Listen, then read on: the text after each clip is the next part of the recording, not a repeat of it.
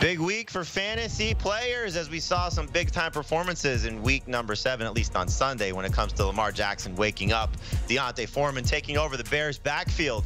Huge game for A.J. Brown Sunday night, as the Eagles beat the Dolphins. And as we saw with the tight end position, you know who, Travis Kelce. Anytime Taylor Swift shows up, Travis Kelce has a big day, but really has a big day for the majority of the time. So there's your top notable Week 7 performers for the winners. We'll get into some losers, unfortunately, as well. I'm Jamie Eisenberg. That's Heath Cummings, as we're looking at some winners and losers from our perspective from what happened on Sunday in week number 7. And Heath, let's stick with the guy that was throwing the ball to Travis Kelce, a big winner in Patrick Mahomes. Could you imagine that people are actually questioning Mahomes? Is he going to be a superstar fantasy quarterback? Is he going to be the guy that we drafted as the #1 player at the position? Yes, he is. A 400-yard day. So love the way that he performed in that game, leaning on Kelce, finding Rajee Rice, who was another winner for me, as we've been talking about him finally having a breakout performance. So love the setup for the young man as well. I think he could be a starter in 3 receiver leagues moving forward, and maybe a starter in 2 receiver leagues if he continues to play like this. Jahmyr Gibbs stepping up when we saw no David Montgomery finally getting that dominant performance. It was garbage time, but we'll take it nonetheless.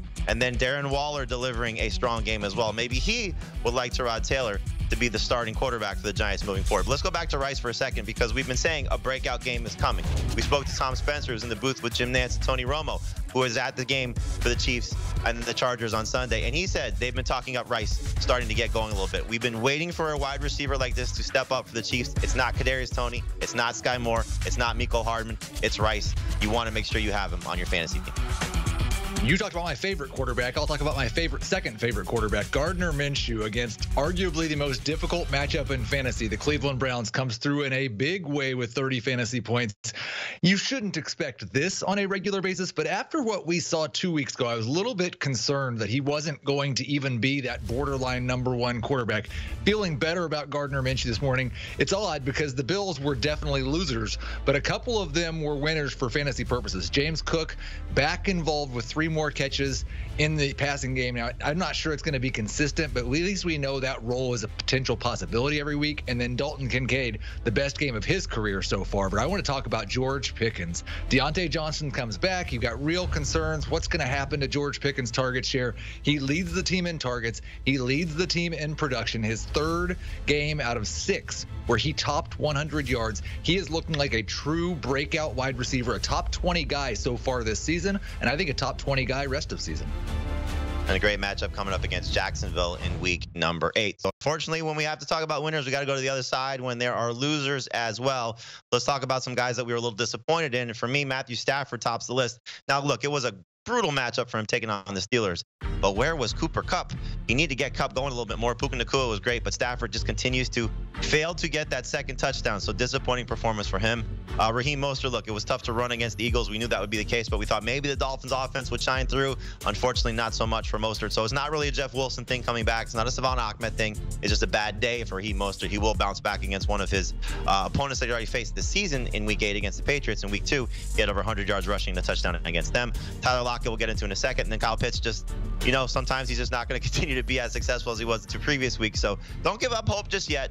But again, frustrating to see him not have a big game for the 3rd time in a row. But in terms of Tyler Lockett, we may have a problem on our hands. Not only did DK Metcalf miss the game, but we saw Jackson Smith-Njigba finally step up. And now we may have a problem for Lockett if he's not going to take advantage of Metcalf not being there and Smith-Njigba starting to get more involved. Is he going to fall to 3rd in the pecking order? I'm not ready to say that fully just yet. And we'll find out if Metcalf's able to play in week 8. They do not have an easy matchup for the Seahawks in next week's game. But I think we'll see Smith-Njigba continue to get more work, and Tyler Lockett could be a little bit frustrating. So falling definitely into that wide receiver 3 range, and probably will stay there for the rest of the year. The Commanders, big-time losers in Week 7, somehow losing to the New York Giants. And we talked about it coming into the week. The Giants only had 5 sacks all season long. Somehow they sacked Sam Howell 6 times. His pocket presence is abysmal. Brian Robinson losing touches to Chris Rodriguez. Nobody saw that coming. He's no better than a flex the rest of the season. Cole Kmet, zeros across the board. Maybe you want to hold on to him because we've seen this roller coaster from Kmet all season long. I'm not going back to Kmet, though, until Justin Fields is back. And then Jameson Williams. A lot of these targets came in garbage time, but it was kind of the same thing we've seen so far throughout his career. Yes, he's blazing fast, runs by corners like they are absolutely standing still, but he's got footballs bouncing off of his face mask, off of his hands, just does not look like an actual NFL wide receiver right now, and he's 80% rostered. Maybe you can hold him for one more week in a week when nobody's on a bye, but Jameson Williams is going to be on the most drop list this week and probably the week after. Yeah, frustrating situation for him. But remember, this was the first time he was supposed to be playing after having initially a 6-game suspension. So maybe still getting his legs underneath him. But yes, very difficult to justify rostering Jameson Williams at this point based on the production we've seen for the majority of the time that he's played in the 3 games since coming back. All right, you mentioned but you might be dropping Jameson Williams. Let's show some players that we're looking to add going into week 8 as our early look at the waiver wire here. And there's a couple of running backs at the top of the list that I'm very interested in adding. The biggest one would be Darrell Henderson. After what we saw, no Kieran Williams. It was going to be Henderson and Royce Freeman. And Henderson, just right off the street, comes in, 18 carries, scores a touchdown, played 57% of the snaps. He's going to be the guy until Kieran Williams is back, which is at least another 3 games. So you want to make sure you're adding him. And then we sort of went down this road with Emari Demercado once before, and we got burned by it. Well, we come to week 7, and here he was as the leading running back for the Cardinals. So it seems as if they're going to go with him. He did play the most snaps in week 6, just was outplayed by Keontae Ingram and Damian Williams. But in week 7, it was the Demercado show, and I think you can lean on him as the guy for at least the foreseeable future. James Conner out at least another 2 more games. And then go to Cleveland, where Pierre Strong is going to most likely share with Kareem Hunt, at least for week 8, depending on how severe this injury is for Jerome Ford. We don't know yet. Hopefully Ford will be back soon. But Strong had some strong performances in the secondary role, and we know that Cleveland will use 2 running backs. So look at Pierre Strong as well.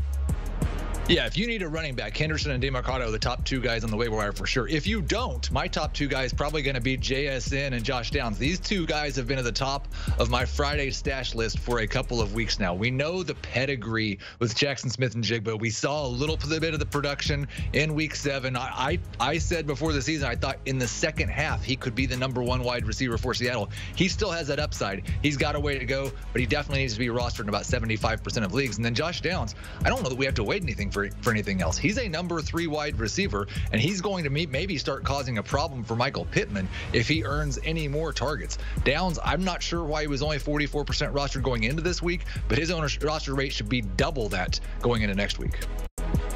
We know Gardner Minshew loves Josh Downs. We'll find out who Brock Purdy loves tonight. The same thing with Kirk Cousins. Got one more game for week number 7 as the 49ers and Vikings meet for Monday Night Football. Let's talk about some DFS lineups, Heath. So for me, I'm going to go with George Kittle in the MVP spot. It's still National Tight End Day. At least it was on Sunday. We'll hope it carries over to Monday as a week 7 thing. And Kittle without Deebo Samuel there should have a big performance, as we've seen a few times this year when somebody has been missing. Last time Samuel was in a limited role, Kittle had 3 touchdowns. So I think we could see him have a big game. Again, Purdy leaning on him, Purdy leaning on Brandon Ayuk as well. So getting the 3 main pass options for the 49ers quarterback and top 2 wide receivers.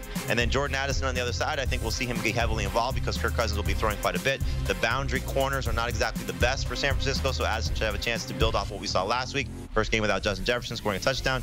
And then look, it's Kirk Cousins, it's prime time. It's the 49ers coming off a loss. That defense will be angry. They'll sack him. They'll turn him over a couple times. 49ers defense should be a really good play in Monday Night Football.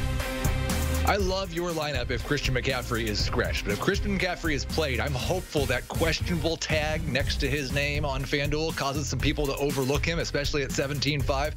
If I can get Christian McCaffrey at anything close to a low roster rate in my MVP slot, that's what I want to do. Let's hope for a couple of Kirk Cousins garbage time touchdowns to Jordan Addison and Josh Oliver. And then it's going to be a bounce back week for Jake Moody. 49ers playing ahead in the second half. They'll settle for those field goals. Should be a fun game. We'll see how things go. Hopefully McCaffrey is at 100%, but he is expected to play. And we'll certainly have the wrap-up for you on our Fantasy Football Today podcast. You can find it wherever podcasts are available. We help you dominate your fantasy leagues, and we do it every day of the week. You should also check out Heath Cummings with the Dynasty podcast as well, wherever podcasts are found. That's what we do. We help you win your leagues, the Fantasy Football Today podcast.